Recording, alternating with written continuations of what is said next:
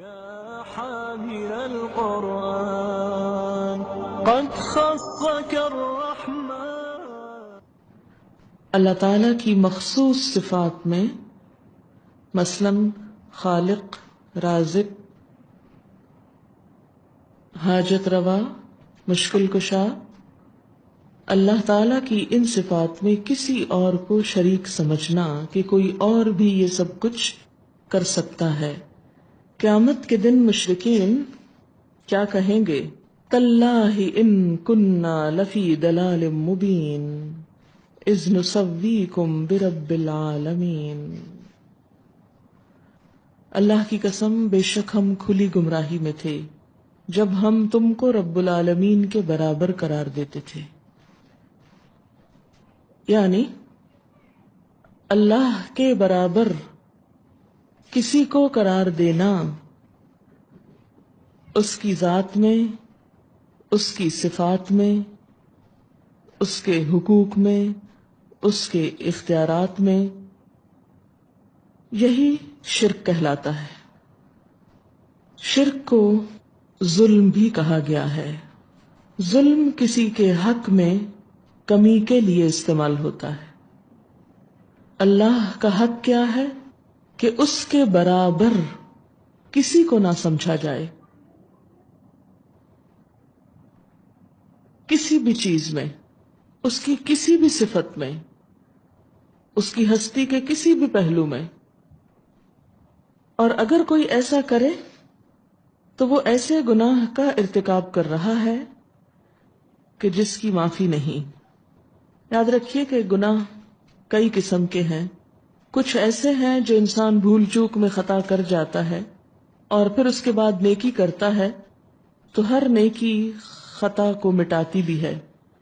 ان الحسنات یذہبن السیئات. کچھ گناہ ایسے ہیں کہ جن کے لیے صرف نیکی کرنا کافی نہیں بلکہ ان کی بطور خاص معافی مانگنا بھی ضروری ہے. جب انسان ان گناہوں پر معافی مانگتا ہے تو وہ معاف ہو جاتے ہیں. کچھ گناہ ایسے ہیں کہ جن پر صرف معافی بھی کافی نہیں جب تک کہ انسان ان حقوق کی ادائیگی نہ کرے جو وہ کسی کے حق میں مار رہا ہے. مثلاً کسی کی چوری کی یا کسی پہ الزام تراشی کی. تو ایسے میں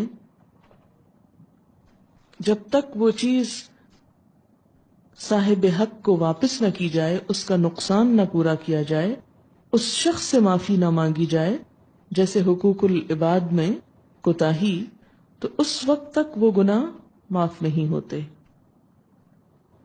تو شرک بھی ان گناہوں میں سے ایک گناہ ہے کہ جس پر انسان جب تک سچے دل سے معافی مانگ کر پھر آئندہ کے لیے وہ کام چھوڑ نہیں دیتا، اس وقت تک معافی نہیں ہو سکتی. شرک سب سے بڑا گناہ.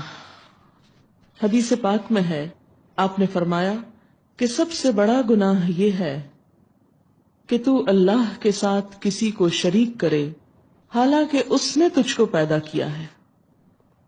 شرک کرنے کا نقصان کیا ہے؟ انسان یہ سوچ سکتا اچھا نہیں معافی تو نہ سے، اب ہم کیا کریں؟ نہیں، معافی مانگنا ہے. اور نہ مانگنے کی صورت میں نقصان کیا ہے؟ قرآن پاک میں آتا ہے، سورۃ المائدہ آیت 72، انہ من یشرک باللہ فقد حرم اللہ علیہ الجنۃ ومأواہ النار وما للظالمین من انصار. کہ جو بھی اللہ کے ساتھ شرک کرے اللہ نے اس پر جنت کو حرام قرار دیا ہے. شرک کا سب سے بڑا نقصان کیا ہے کہ شرک کرنے والے پر جنت حرام، ومأواہ النار، اور اس کا ٹھکانہ آگ ہے، وما للظالمین من انصار، اور ان ظالموں کے لیے کوئی مددگار نہیں. نبی صلی اللہ علیہ وسلم نے فرمایا، جو کوئی اس حال میں مرے کہ وہ اللہ کے سوا کسی اور کو پکارتا ہو تو وہ جہنم میں داخل ہوگا. یعنی کوئی شخص اس حال پہ مر جائے کہ وہ اللہ کے علاوہ دوسروں کو بھی پکارتا ہے. پھر یہ اگلا پوائنٹ کہ شرک کے ساتھ نیک اعمال فائدہ نہیں دیتے. شرک نیک اعمال کو آگ کی طرح جلاتا چلا جاتا ہے. قرآن پاک میں اللہ تعالیٰ نے حضرت ابراہیم، اسحاق، یعقوب، داؤد اور سلیمان علیہم السلام سمیت 18 پیغمبروں کا نام لے کے فرمایا وَلَوْ أَشْرَكُوا لَحَبِطَ عَنْهُمْ مَا كَانُوا يَعْمَلُونَ. اگر یہ سب شرک کرتے، 18 انبیاء جن میں یہ بڑے بڑے انبیاء شامل ہیں، تو کیا ہوتا؟ لَحَبِطَ عَنْهُمْ مَا كَانُوا يَعْمَلُونَ. تو ان کے بھی اعمال ان سے ضائع ہو جاتے، خواہ کوئی پیغمبر ہی کیوں نہ ہو.